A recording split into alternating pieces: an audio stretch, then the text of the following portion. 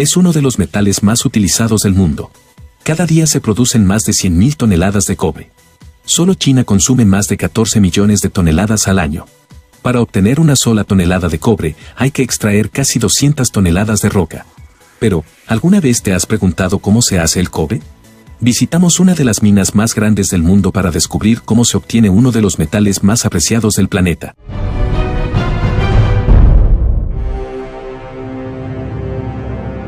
La civilización moderna no podría funcionar sin él. Este metal está presente en casi todos los aspectos de nuestra vida diaria. Forma parte de los motores, los sistemas de calefacción y los cables eléctricos que alimentan nuestras ciudades. El cobre es uno de los mejores conductores del calor y la electricidad, posee una resistencia excepcional a la corrosión, es muy flexible y maleable, y se recicla de forma indefinida. Pero, ¿de dónde se obtiene el cobre? El cobre se encuentra en la corteza terrestre, en la capa más superficial de la Tierra, sobre todo en rocas sedimentarias, y su extracción es un proceso complejo que incluye varias etapas. La primera consiste en identificar zonas con potencial de depósitos de mineral de cobre.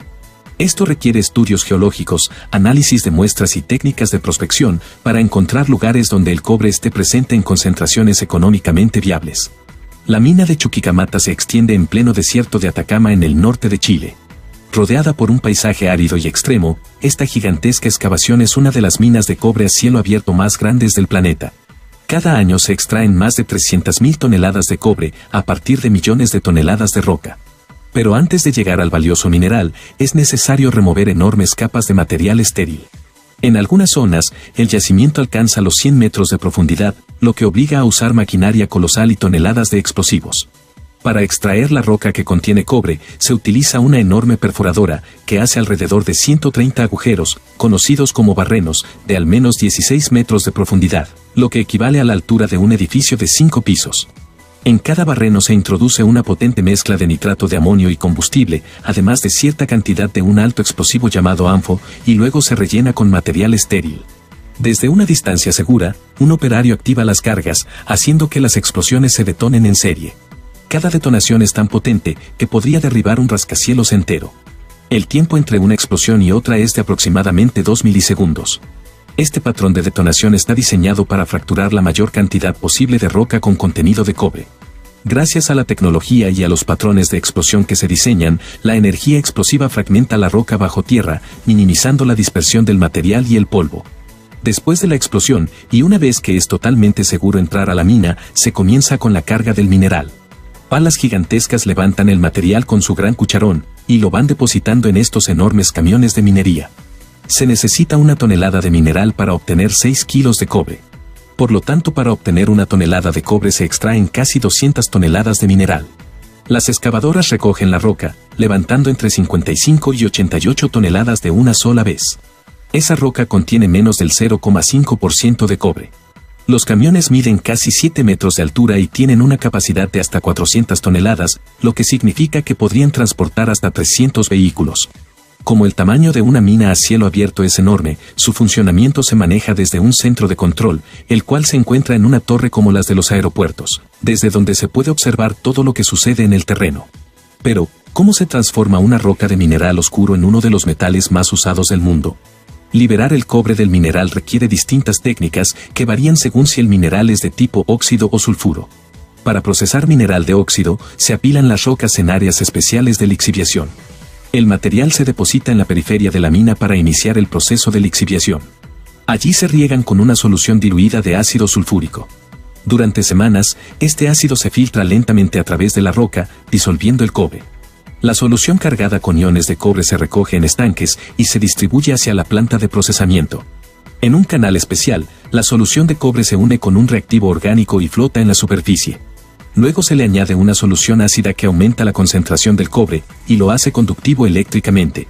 La solución se transfiere a una serie de tanques con finas placas de cobre llamadas cátodos. Se aplica una corriente eléctrica y los iones de cobre comienzan a depositarse en las placas. En solo 10 días, cada una alcanza un grosor de 2,5 centímetros y un peso de unos 125 kilos. La pureza alcanza el 99,99%, lo cual es esencial si el cobre se utiliza para fabricar productos eléctricos. Extraer cobre de roca con sulfuro es un proceso más complejo. Comienza en un gigantesco tambor conocido como molino. Dentro, bolas de acero trituran las rocas húmedas en fragmentos. Al salir del molino, el material pasa por una cinta perforada que separa los trozos más pequeños. Esos fragmentos continúan hacia molinos secundarios. Las piedras más grandes regresan al molino para otra ronda de molienda. Una vez pulverizado, se añaden productos químicos que recubren las partículas de cobre y se mezcla una sustancia espumante. La mezcla entra a los tanques de flotación, donde burbujas de aire arrastran las partículas hacia la superficie.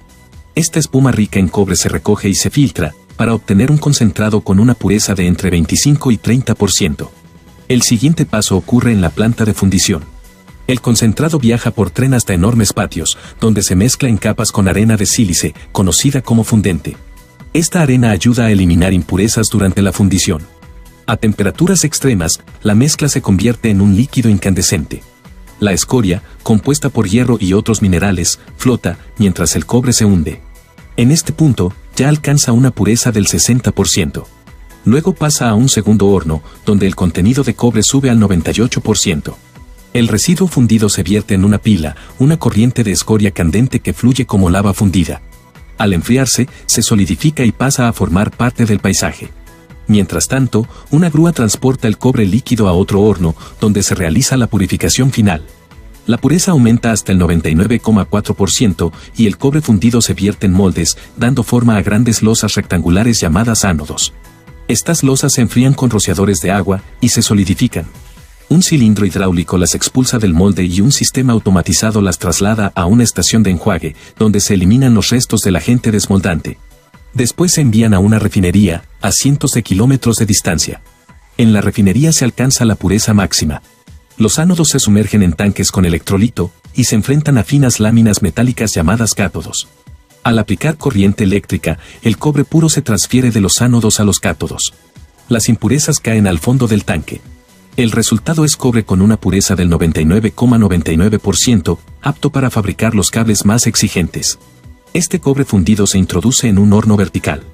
El cobre se derrite y fluye hacia el fondo. Desde allí, se canaliza hacia un molde que forma bloques rectangulares de unos 6 metros de largo. El cobre fundido pasa a través de una abertura del molde y se enfría con agua, formando una barra rectangular continua. Unos rodillos reducen significativamente su diámetro.